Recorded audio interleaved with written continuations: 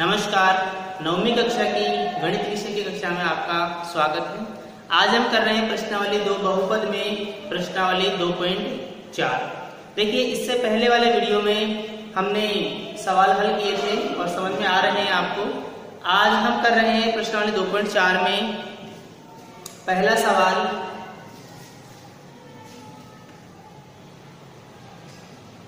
सवाल में लिखा गया है कि बताइए कि निम्नलिखित बहुपदों में से किस बहुपद का एक गुणनखंड x प्लस 1 है। हमें ये जांच करना है कि जो बहुपद हम लिख रहे हैं वह कौन कौन से बहुपद हैं जो कि जिसका एक गुणनखंड x प्लस 1 है। पहला बहुपद में लिख रहा हूं x की घात 3 plus x square plus x plus 1। देखिए, हमें एक बहुपद दिया गया है।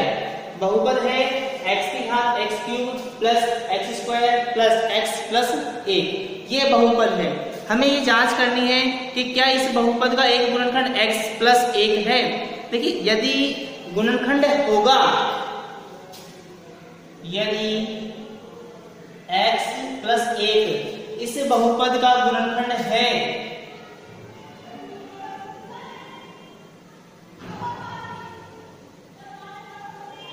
इससे क्या रिजल्ट निकलता है? इससे ये रिजल्ट निकल के समझ आता है कि x प्लस 1 का मान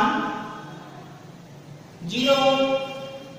पहले वाले सवाल में हमने ये किया था कि यदि x प्लस 1 इसका गुणनखंड है तो x प्लस 1 का मान क्या हो जाएगा? 0।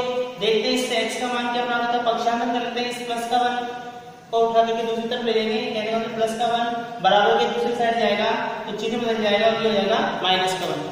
तो इस बहुपद में हम x का जो मान है वह माइनस का 1 रखेंगे।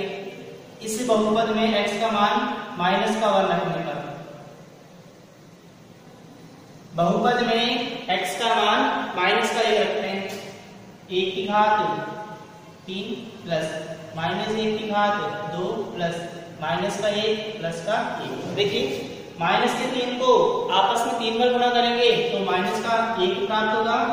माइनस 1 का स्क्वायर करेंगे तो प्लस का 1 प्राप्त होगा। माइनस के 1 को प्लस की संख्या है गुणा भार, तो गुणा करने पर माइनस की संख्या प्राप्त होगी और ये प्लस। माइनस के और ये प्लस का चिन्ह आपस में संख्या कट गई। माइनस का और ये प्लस का ये भी कट गया। क्या प्राप्त हो रहा है? 0।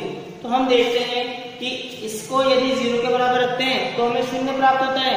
तो 0 प्राप्त हो रहा है तो आप समझ सकते हैं कि इस बहुपद का x प्लस 1 क्या है?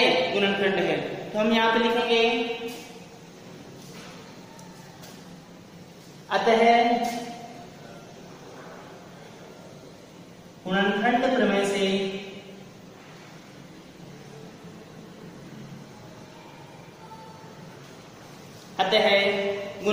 प्रमेय से x प्लस 1 बहुपद, ये जो बहुपद लिखा गया है इसके लिए कहना है इस बहुपद का गुणनखंड है। पहला सवाल कंप्लीट। देखिए, सवाल में इस बहुपद के गुणनखंड की जांच करनी है कि x प्लस 1 इसका गुणनखंड है या नहीं।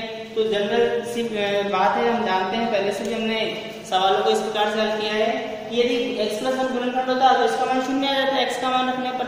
अगर x का मान 0 नहीं आता तो गुणनखंड नहीं है। एक और सवाल करते हैं जिससे आपको समझ में अच्छी तरीके से आ जाएगा। इसी का लेते हैं, ये उतार लिया होगा, इसी का हल करते हैं सवाल।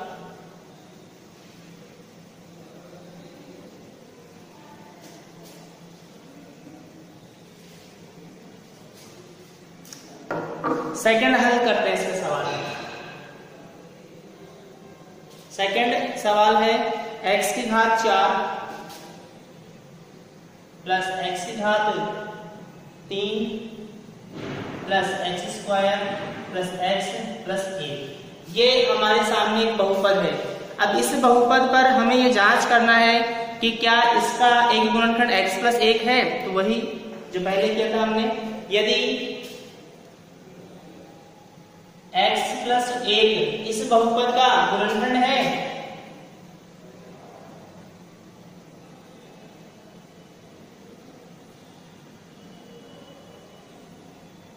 गुणनखंड है तो x प्लस 1 का मान क्या हो जाएगा, 0 के बराबर रखना पड़ेगा। पक्षांतर करते हैं x बराबर माइनस का 1। इस बहुपद में यदि x बराबर माइनस का 1 रखते हैं और यदि शून्य प्राप्त होता है तो गुणनखंड है, और शून्य प्राप्त नहीं होता तो गुणनखंड नहीं है। x बराबर माइनस 1 इसमें हम प्रतिस्थापित कर लेते हैं।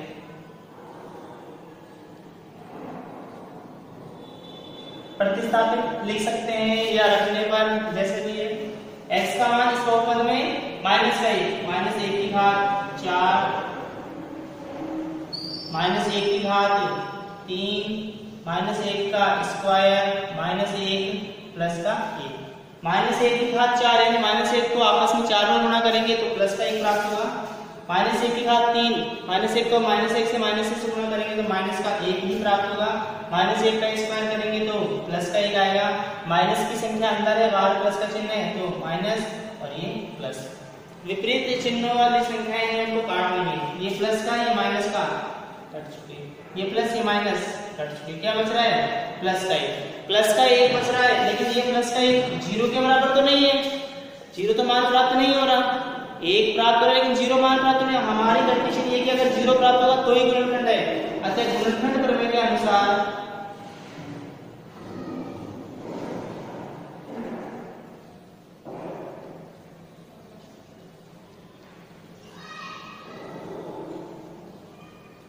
एक प्राप्त हो रहा है, 0 प्राप्त नहीं हो रहा। अतः गुणनखंड प्रमेय के अनुसार x प्लस 1 बहुपद का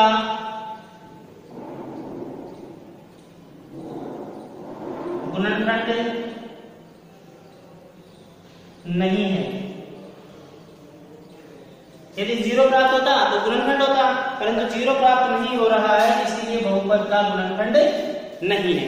तो मैं समझता हूं पहला सवाल आपको समझ में आ गया होगा। इसके बाद हम करते हैं प्रश्न नंबर 2। देखिए प्रश्न नंबर 2, प्रश्न 2 में लिखा हुआ है गुणनखंड प्रमेय लागू करके बताइए कि निम्नलिखित परिस्थितियों में से प्रत्येक स्थिति में gx px का एक गुणनखंड है या नहीं। बिल्कुल पहले सवाल की तरह ही है। यहाँ पर जो बहुपद दिए गए हैं उनका एक नाम दे दिया, जैसे इसका नाम दे दिया px यानी कि x का चर है, gx यानी कि x का चर है। यहाँ पर px बहुपद है और gx ये बहुपद है। सवाल ये है कि ये चेक करना है कि क्या ये जो gx है वो इसका गुणनखंड है या नहीं। बिल्कुल पहले सवाल की तरह हम क्या करेंगे, यदि गुणनखंड है तो gx का मान क्या होना चाहिए भाई 0।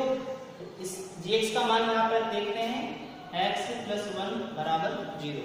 पक्षांतरण करेंगे, बराबर आ रहा है, x का मान निकालने के लिए इस प्लस के मान को बराबर के दूसरी तरफ ले जाएंगे तो ये माइनस का 1 हो जाएगा।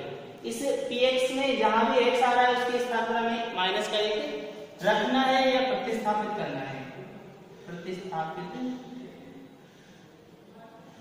करने। इस बहुपद में माइनस का 1 करके चेक करते हैं। 2 माइनस 1 का क्यूब प्लस माइनस 1 का स्क्वायर माइनस 2 माइनस 1 और माइनस का 1। बहुपद जहां भी x आ रहा था उसके स्थान पर हमने माइनस का 1 रख दिया। ठीक है, माइनस 1 का 3 बार गुणा करेंगे, माइनस 1 गुणा माइनस 1 गुणा माइनस 1। देखिए माइनस का आपस में